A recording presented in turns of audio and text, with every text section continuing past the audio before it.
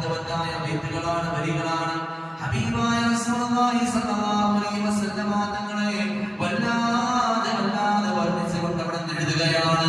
ഫഅബ്ലഗുൽ ഇൽമി ഫീഹി അന്നഹു ബശറു വഅന്നഹു ഖൈറു ഖൽഖില്ലാഹി കുല്ലിഹിം. ഹബീബായ തങ്ങളെ അങ്ങ് എത്രത്തോളം വലിയ ഉന്നതനായ സൃഷ്ടിയാണ്. അങ്ങയുടെ ഇൽമിനെ പോലെ ശറഫിനെ പോലെ ആർക്കാണ് നബിയെ ഏറ്റവും വലിയ പവിത്രത എവിടെ നിന്ന് കിട്ടിപ്പോയത്? അതുകൊണ്ട് തന്നെയാണ് മഹാനുഭാവൻ തുടർന്ന് അവിടെ നിന്ന് വരികളിൽ രേഖപ്പെടുത്തുകയാണ്.